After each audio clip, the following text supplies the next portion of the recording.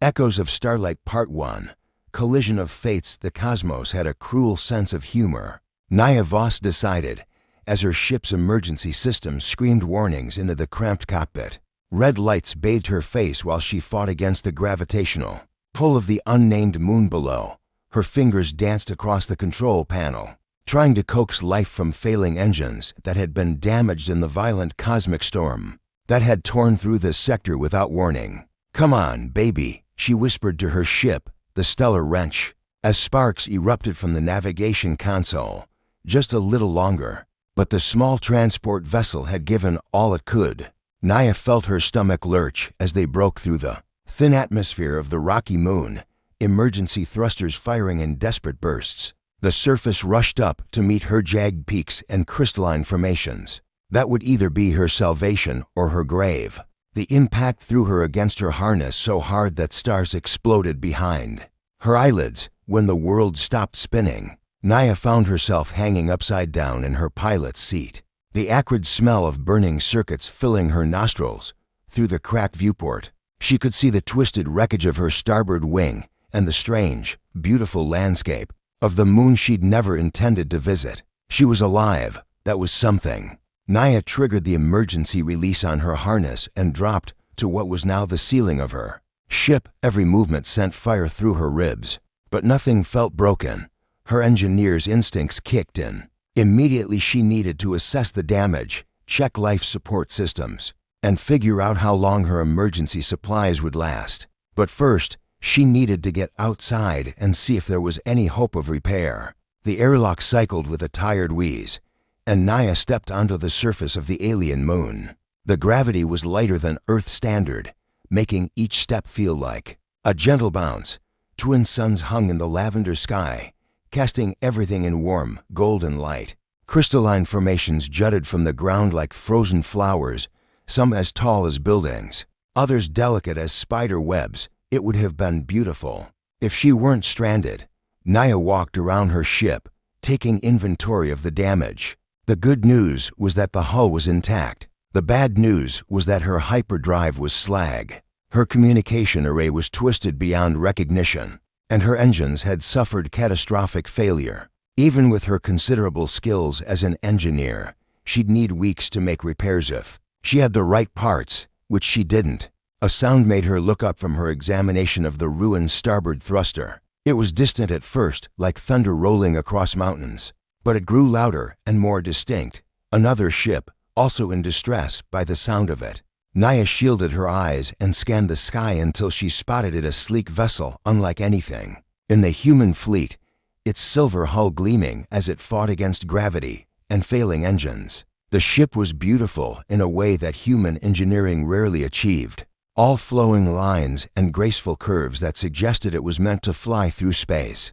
Like a bird through air, a Sraf ship. Naya's blood ran cold. The Sraf Confederation had been at war with the human colonies for 3 years now, ever since the incident at the Meridian Station. They were enemies, and if that pilot survived the crash she was about to witness, her situation had just become infinitely more complicated. The Sraf vessel hit the moon's surface about 2 kilometers from her position, sending up a plume of crystalline dust that caught the light like scattered diamonds. For several long moments, everything was silent except for the whisper of wind through the crystal formations. Then, impossibly, she saw movement near the crash site. Naya hesitated. Every regulation, every piece of military training she'd received, told her to stay away. Sraf were the enemy. They had attacked human settlements, destroyed colonies, killed thousands of innocents. The smart thing to do would be to hunker down in her ship and wait for rescue, hoping the Sraf pilot would do the same and that they could avoid each other entirely. But another part of her, the part that had become an engineer because she believed in fixing things rather than breaking them, wouldn't let her turn away. Sraf or not, someone was hurt and stranded just like she was, in this vast, empty place. They were the only 2 living beings for light years in any direction. Naya grabbed her emergency medical kit and a portable atmospheric scanner from her ship. If she was going to do this insane thing, she was going to do it smart. The scanner would tell her if the Sraf could breathe the same air she could, and the medical kit might help if they were injured. The trek across the crystalline landscape was surreal. Her boots crunched on what looked like fields of frozen roses, each step sending small chimes through the air as crystal touched crystal. The twin suns were already beginning to set, painting the sky in shades of copper and deep purple. As she crested a low ridge, she got her first clear view of the Seraph crash site. The ship had carved a long furrow through the crystal field before coming to rest against a cluster of larger formations, like her own vessel. It was damaged but intact, and standing beside it, very much alive, was her enemy. Naya had never seen a Seraph in person before. In all the war footage and intelligence briefings, they had seemed like monsters, alien predators bent on human destruction. But the figure examining the damaged ship was undeniably, startlingly humanoid, tall and lean, with skin that seemed to shimmer faintly in the dying light. Instead of hair, what looked like delicate, feathered crests crowned their head, moving gently in the moon's light breeze. The Seraph turned as she approached, and Naya found herself looking into eyes that were larger than human ones, a deep amber color that seemed to glow with their own inner light.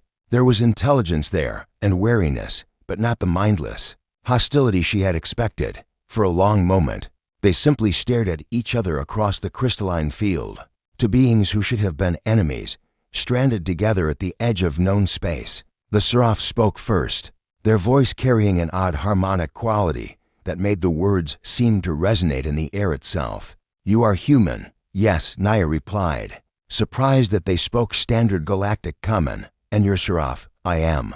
The alien she thought it might be male, though she wasn't certain, tilted his head in what might have been curiosity. "Are you going to kill me?" The question was asked without fear, almost conversationally, as if he were inquiring about the weather. "Are you going to kill me?" Naya countered. Something that might have been amusement flickered across the Seraph's features. "I had not planned to. My ship is badly damaged, and I suspect yours is as well. Or you would not be here. No working communications, no hyperdrive, and my engines are scrap." Naya confirmed. "You. Similar circumstances." He gestured toward his ship with a hand that had too many fingers, each ending in what looked like carefully maintained claws. "It seems we are both stranded." The practical part of Naya's mind was already working on the implications. Two ships, both damaged, different technologies, but perhaps complementary ones. Parts that might be salvaged, systems that might be jury-rigged together. "I'm Naya," she said, taking a step closer. "Naya Voss." The Seraph considered this for a moment, then offered what might have been a bow. "I am Kale Thorin, pilot of the Wind's Grace, and apparently your fellow castaway." As the last of the twin suns disappeared behind the crystal peaks, casting them both into the soft twilight of an alien moon, Naya realized that everything she thought she knew about the enemy was about to change, and despite everything, the war, the hatred between their peoples, the impossibility of their situation, she found herself almost looking forward to finding out what came next. The crystal moon's nights were longer than its days, and far colder. Naya discovered this the hard way when she woke shivering in her damaged ship, her breath forming small clouds in the frigid air. The life support systems were working, but barely, and she knew they wouldn't last more than a few days at this rate. She pulled on her thermal jacket and stepped outside to check the atmospheric readings on her scanner. The twin suns were just beginning to rise, casting long shadows across the crystalline landscape. In the distance, she could see a faint plume of vapor rising from the direction of Kel's crash site. He had survived the night. Good. Naya shouldered her toolkit and began the trek across the crystal field. If they were going to survive long enough for rescue, assuming rescue ever came, they would need to pool their resources. Two damaged ships might make one working vessel, if they were clever about it. She found Kale kneeling beside his ship, running his hands along the hull in what looked almost like a caress. Up close in daylight, she could see that the Seraph vessel wasn't just beautiful, it was a work of art. The hull seemed to flow like liquid metal, and there were no visible seams or joints. It was as if the entire ship had been grown rather than built. "Good morning," she called out, not wanting to startle him. Kale turned, and Naya was struck again by those luminous amber eyes. In the morning light, she could see that his skin did indeed have a subtle iridescent quality, like pearl or moonstone. The feathered crests on his head caught the sunlight and shimmered with colors she didn't have names for. "You return," he said, and there was something in his tone that might have been relief. "I wondered if you would change your mind about cooperation." "Cold night," Naya replied, setting down her toolkit. "My life support won't last much longer. I'm guessing yours is in similar shape, worse actually." Kale gestured toward an area of his hull that was blackened and slightly buckled. "The storm damaged my environmental processors. I estimate perhaps 2 days before the air becomes unpleasant." Naya pulled out her scanner and began taking readings of his ship. "Well, let's see what we can do about that. Mind if I take a look?" Inside, Kale hesitated for a moment, then nodded. "You are different than I expected. How so?" "Human military doctrine speaks of Seraph as if we are mindless destroyers. Our intelligence reports describe humans as crude, violent, and incapable of reason." He tilted his head, studying her. "You seem to be neither crude nor violent."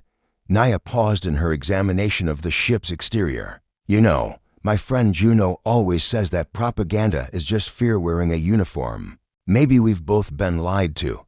The interior of Kel's ship was as beautiful as the exterior, all flowing curves and surfaces that seemed to respond to touch. Everything had an organic feel, as if the ship were alive.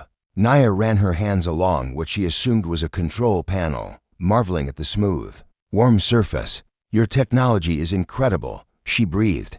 "It's like your ship is a living thing." "In a way, it is." Kale moved to stand beside her, close enough that she could catch his scent, something like ozone and starlight. If starlight had a smell, Seraph vessels are grown from biometallic matrices. They respond to our thoughts and emotions as much as our commands. "That's impossible," Naya said automatically, then caught herself. "Sorry, I meant how." Kel's expression softened, and she realized he was smiling. It transformed his entire face, making him look younger and somehow more approachable. "Your people think in terms of building machines to serve you. We think in terms of creating partnerships." As they worked together over the next few hours, cobbling together a life support system that could keep them both alive, Naya found herself fascinated by more than just Seraph technology. Kale moved with a fluid grace that was mesmerizing to watch, and his hands, despite the extra fingers and claws she had first found alarming, were incredibly deft and gentle. "Tell me about your world," she said as they spliced together power cables from both ships. "What's it like?" "Which one?" Kale asked, not looking up from his work. "Seraph are nomadic by nature. We have many worlds, many homes. The one you think of when you close your eyes and wish you were somewhere else." This time he did look up, and something warm flickered in those amber depths. "Ethros, the singing cliffs and the Aurora Gardens. The air tastes of silver there, and at night the entire sky dances with colors that have no names in your language." "It sounds beautiful." "It is." He paused in his work. "What of you? What human world calls to your heart?" Naya smiled, remembering. "New Harmony. It's a terraformed world on the edge of human space. My parents took me there when I was little. There are these vast flower fields that bloom all at once, just once a year. And when they do, the entire planet looks like it's covered in rainbow snow. You miss it." "I miss the person I was there before the war started. Before everything became about taking sides and drawing lines." She looked at him seriously. "Do you ever wonder what we're really fighting about?" Kale was quiet for a long moment. "Territory, resources, the need to believe that one people's way of life is superior to another's." He set down his tools and turned to face her fully. "Fear, mostly. Fear of what we don't understand."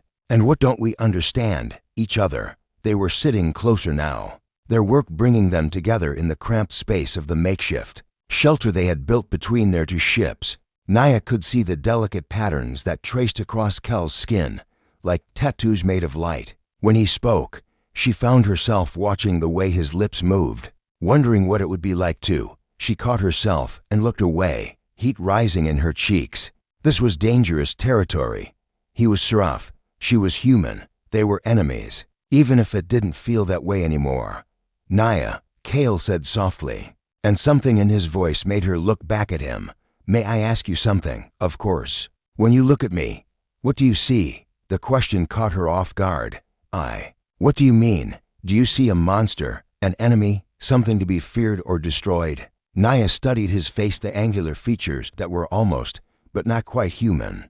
The eyes that seemed to hold depths of starlight. The delicate crests that moved expressively as he spoke. I see someone who's beautiful in a way I've never encountered before. Someone who's kind and intelligent. And she trailed off, realizing how dangerous this conversation was becoming. And someone I shouldn't be having these thoughts about. Cale leaned closer, close enough that she could feel the warmth radiating from his skin. What thoughts? Instead of answering, Naya reached out tentatively and touched one of the feathered crests on his head. It was softer than silk, and she felt a small tremor run through him at her touch. We shouldn't, she whispered.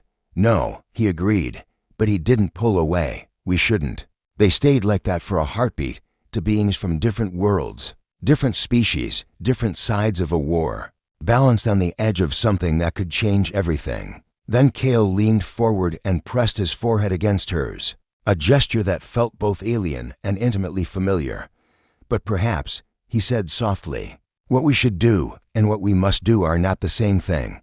As the twin suns set once again, over the crystal moon, painting the sky in shades of rose and gold, Naya realized that she was falling in love with someone she was supposed to hate. And from the way Cale was looking at her, with wonder and tenderness and the same impossible longing she felt in her own heart, she suspected he was falling too, in the vast loneliness of space. Two hearts had found each other. The question now was whether the universe would let them keep what they had found. 7 days. That's how long Naya and Cale had been stranded together on the crystal moon before the rescue. Ships arrived. 7 days that had felt like both an eternity and the briefest moment of her life. They came at dawn, when the twin suns painted the crystalline landscape in shades of amber and rose. Two ships descended through the pale morning sky, one sleek and silver, with the flowing lines characteristic of Sci-Fi design, the other angular and utilitarian, bearing the deep blue and silver insignia of the human colonial fleet. Naya felt Cale tense beside her as they stood watching from the shelter they had built between their crashed vessels. Over the past week, that space had become more than just a place to survive. It had become their world, a small pocket of the universe where the war didn't exist and love could bloom between impossible partners. It's over, she whispered, though she wasn't sure if she meant their time together or something larger. Cale's hand found hers, their fingers intertwining in a gesture that had become as natural as breathing.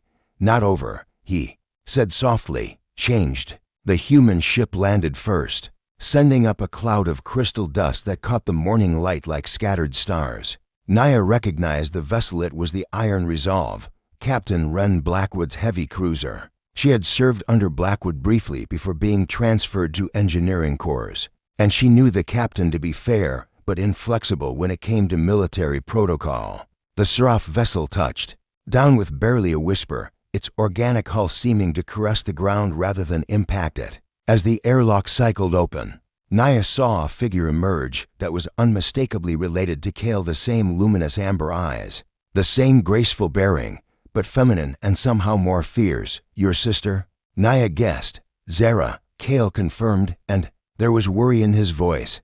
She is protective. Both rescue teams approached simultaneously, and Naya felt the careful peace of their shared refuge dissolving around them. Captain Blackwood strode forward in full military gear, her graying hair pulled back in a severe bun and her weathered face set in disapproving lines. Behind her came a squad of Marines, weapons lowered but ready.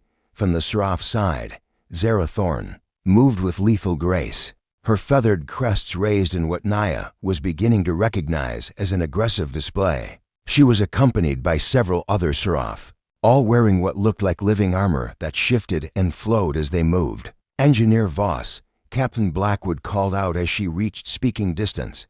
Are you injured? Has the Sci-Fi harmed you in any way? Before Naya could answer, Zara's voice rang out in the crystalline air, her words carrying the same harmonic quality as Cale's but sharper, more commanding. Brother, step away from the human. You have been compromised long enough. Naya felt Cale's hand tighten on hers, and she realized with growing horror that neither rescue team could see their joined hands from their current angles, but they would. Any moment now, they would notice, and then, "Captain," Naya said, stepping slightly forward to try to block the view of their clasped hands. "The Seraph pilot assisted in our mutual survival. We combined resources to maintain life support, standard protocol in survival situations." Blackwood nodded approvingly. "Good thinking, engineer. We'll debrief fully once you're aboard the Resolve." Zara had moved closer to Kale, speaking rapidly in what Naya assumed was the Seraph language. It sounded like wind chimes and distant thunder, beautiful and alien. Whatever she was saying, it was making Kel's jaw tighten. "Kale Thorin, Zara." Switched to Galactic Common, her amber eyes flicking toward Naya with obvious suspicion. "You will return to the Starlight Symphony immediately. The clan elders are concerned about your extended contact with human technology." "I understand," Kale replied, but he made no move to release Naya's hand. That's when Captain Blackwood's sharp eyes noticed their joined fingers. The change in her expression was immediate and terrifying. Her face went from professional concern to cold fury. In the span of a heartbeat, "Engineer Voss," she said, her voice dropping to a dangerous whisper, "step away from the Seraph." "Now, Captain." "I can explain." "Step away." Zara had noticed too, and the feathered crests on her head flattened against her skull. A clear sign of aggression that needed no translation. She hissed something in the Seraph language that made the warriors behind her reach for their weapons. Naya felt the moment crystallizing around them like the frozen formations that covered this moon. Every choice she made in the next few seconds would ripple outward, affecting not just her and Kale, but potentially the entire course of the war between their peoples. She could let go of his hand, pretend it had been nothing more than a survival partnership, return to her ship, her life, her side of the conflict, and try to forget that she had ever felt something deeper than hatred for the enemy. Or she could choose love. "No," Naya said quietly. The word fell into the silence like a stone into still water, sending ripples of shock through both groups. "What did you say?" Captain Blackwood's hand moved to her sidearm. "I said no." Naya stepped closer to Kale, their joined hands now clearly visible to everyone present. "I won't step away from him." The reaction was immediate and explosive. Blackwood's Marines raised their weapons, and the Seraph warriors responded in kind. Only the fact that both groups were more concerned with watching each other than with two unarmed castaways prevented the situation from erupting into immediate violence. "You've been compromised," Blackwood spat. "Seraph metal manipulation. Psychological warfare. We'll get you proper medical attention, engineer. You're clearly not thinking straight." From the Seraph side, Zara's voice carried equal venom. "What have you done to my brother, human? What poison have you whispered in his mind?" "No poison," Kale said. Speaking for the first time since the confrontation began, his voice was calm, but Naya could feel the tension thrumming through him. "No manipulation, only truth." "Truth?" Zara's laugh was like breaking glass. "What truth could you possibly share with that creature?" Naya felt anger flare in her chest at the casual cruelty of the word creature, but Kale squeezed her hand gently, a silent reminder to stay calm. "The truth that love recognizes no boundaries," he said simply. "The truth that two hearts can find each other even across the vast darkness between stars." The silence that followed was deafening. Both rescue teams stared at them with expressions ranging from horror to disgust to something that might have been pity. Captain Blackwood was the first to speak. "Engineer Voss, you are under arrest for fraternization with enemy combatants and potential treason. Marines, escort her to the brig." "Brother," Zara's voice was deadly quiet. "You will come with us now, or you will be declared dead to the clan." Naya felt Kel's entire body go rigid at those words. She didn't fully understand Seraph culture, but she could hear the finality in Zara's tone.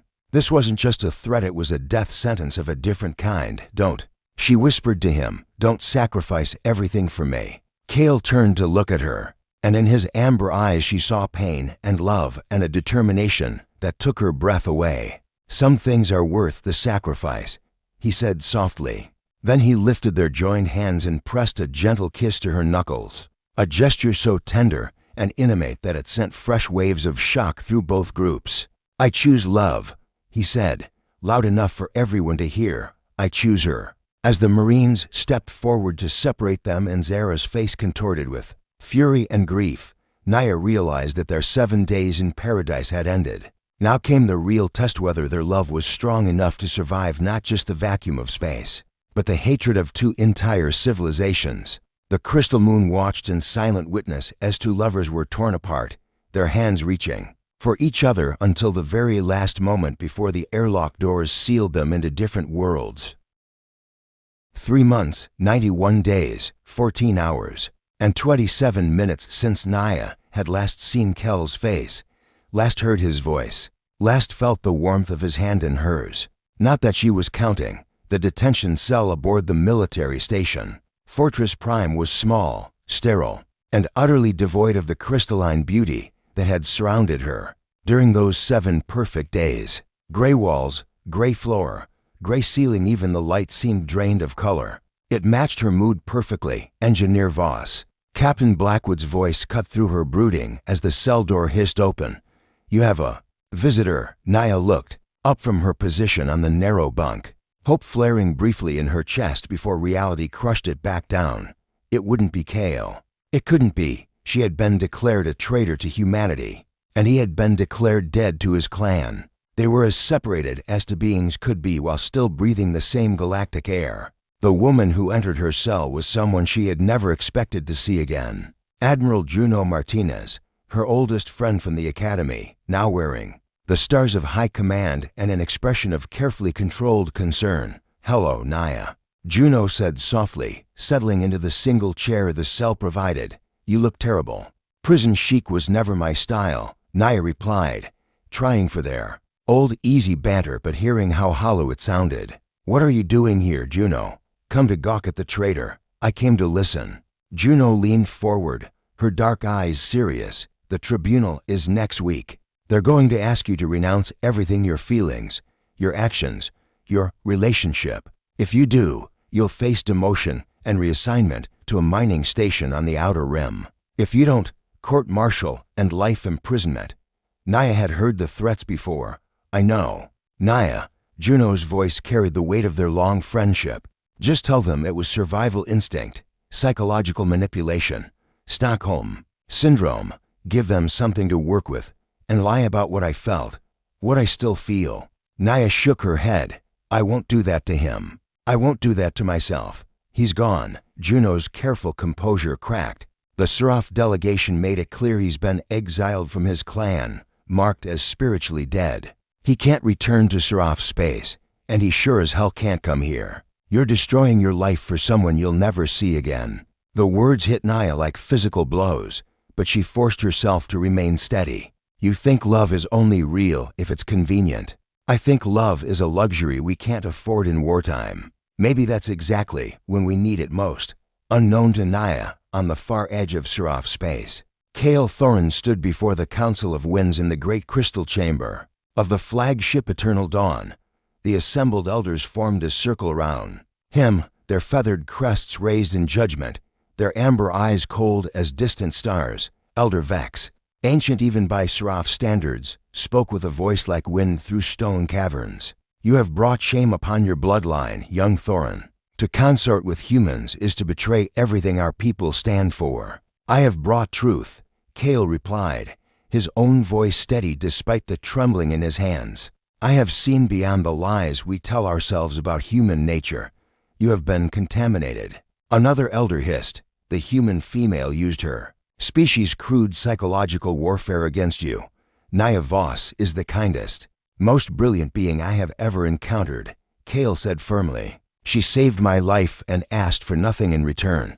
She shared her knowledge freely, her stories openly, her heart completely. If that is contamination, then I pray it spreads to every corner of the galaxy."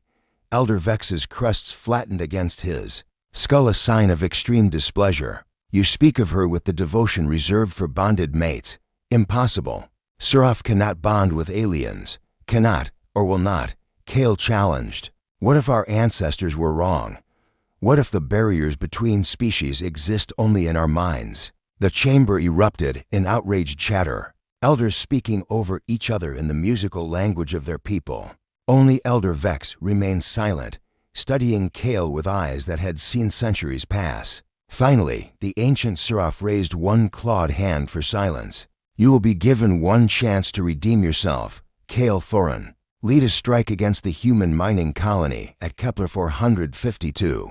Show us that you can still spill human blood, and you will be welcomed back into the clan. Kale felt his heart shatter. And if I refuse, then you are truly dead to us. You will be stripped of your ship, your rank, your very identity. You will drift between the stars, belonging to neither world, until loneliness drives you mad or pirates finish what honor could not. As the council dispersed, leaving Kale alone in the crystal chamber, he closed his eyes and thought of Naya's smile. The way her eyes lit up when she talked about her engineering projects, the gentle touch of her fingers in his hair. Some things he had told her were worth the sacrifice. He still believed that. But believing and enduring were two different things. On Fortress Prime, Naya had begun to do something that would have horrified Captain Blackwood if she had known about it. Using her considerable skills as an engineer and her intimate knowledge of communication systems, she had found a way to tap into the encrypted channels used for diplomatic communications between human and seraph representatives. What she discovered changed everything. The war wasn't going well for either side. Resources were stretched thin, casualties were mounting, and there were growing voices on both sides calling for a negotiated peace. But every time talks began, they broke down over the same fundamental issue. Neither side trusted the other enough to make meaningful concessions.